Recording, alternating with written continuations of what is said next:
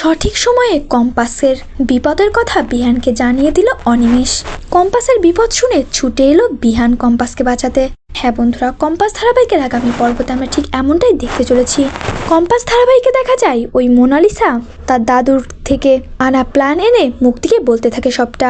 আর মুক্তিও শুনে ভীষণ খুশি হয়ে যায়, আর মুক্তিও তার প্ল্যান অনুযায়ী মোনালিসাকে সবটা বলে একে একে। এদিকে মুক্তির পর্দা ফাঁস করতে আসছে ঋতুজা চৌধুরী এবং কম্পাস।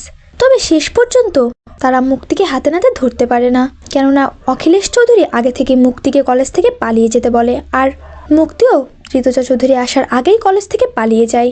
তবে কম্পাস সকলের সামনে জানায় ওই ছদ্মবেশী মহিলা অন্য কেউ নয়, মুক্তিমাসি ছিল। সেটা বিহান কিছুতেই বিশ্বাস করে না।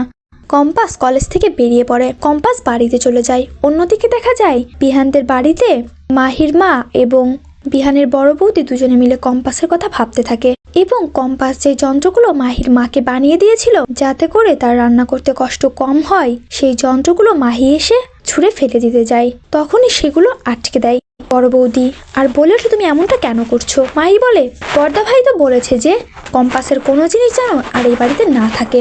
তখন ঋতুজা চৌধুরী এসে মাহিকে কথা শোনায় আর বলে এগুলো যেন না ফেলে। মাহিও আর কোনো কথা বলতে পারে না, সেখান থেকে চলে যায়। এদিকে ওই মুক্তি এবং মোনালিসা মিলে চলে যায় একটা রিচার্জের ল্যাবে, আর সেখানে গিয়েই তারা অনিমেষকে টাকার লোভ দেখায় এবং কম্পাসকে দিয়ে একটি রিচার্জের প্র্যাকটিস করতে চায়। যেরকম ভাবে বন্ড পেপারে সই করে কোনো কিছু রিচার্জ করা হলে সেটা আগে মানুষের উপর প্রয়োগ করে দেখা হয়। অনেকে এটা টাকার বিনিময়ে করে থাকে, আবার অনেকে জনসেবার জন্যও করে থাকে। আর এটাই কম্পাসকে দিয়ে করাতে হবে।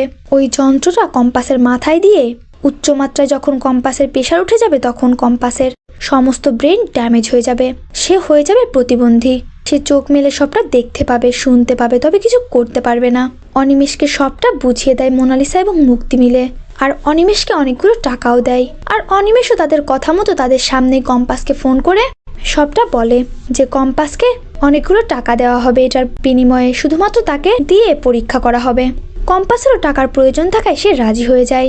মুক্তি মোনালিসাও সেখান থেকে চলে যায়। ঠিক তখনই অনিমেষ বিহানকে ফোন করে। আসলে অনিমেষ কম্পাসকে খুব ভালো জানে, সে চায় না কম্পাসের কোনো ক্ষতি হোক, সেজন্যই সে বিহানকে ফোন করে সবটা জানায়। আর এটাও বলে দেয় যে এই প্ল্যানগুলো আসলে ওই অভিজ্ঞান দত্ত মুক্তি এবং মোনালিসাকে দিয়ে করাচ্ছে। সবটা শুনে তো বিহান পাগলের মতো দৌড়ে আসে কম্পাসকে বাঁচাতে। তো বন্ধুরা, তোমরা এমনটাই চাতো যে এভাবেই জানো কম্পাসের কোনো ক্ষতি হওয়ার আগেই বিহান কম্পাসের কাছে পৌঁছে যায়? কমেন্টে জানিয়ে দাও তোমাদের মতামতটি। আর চ্যানেলে নতুন হয়ে থাকলে অবশ্যই চ্যানেলটি সাবস্ক্রাইব করতে একদমই ভুলো না।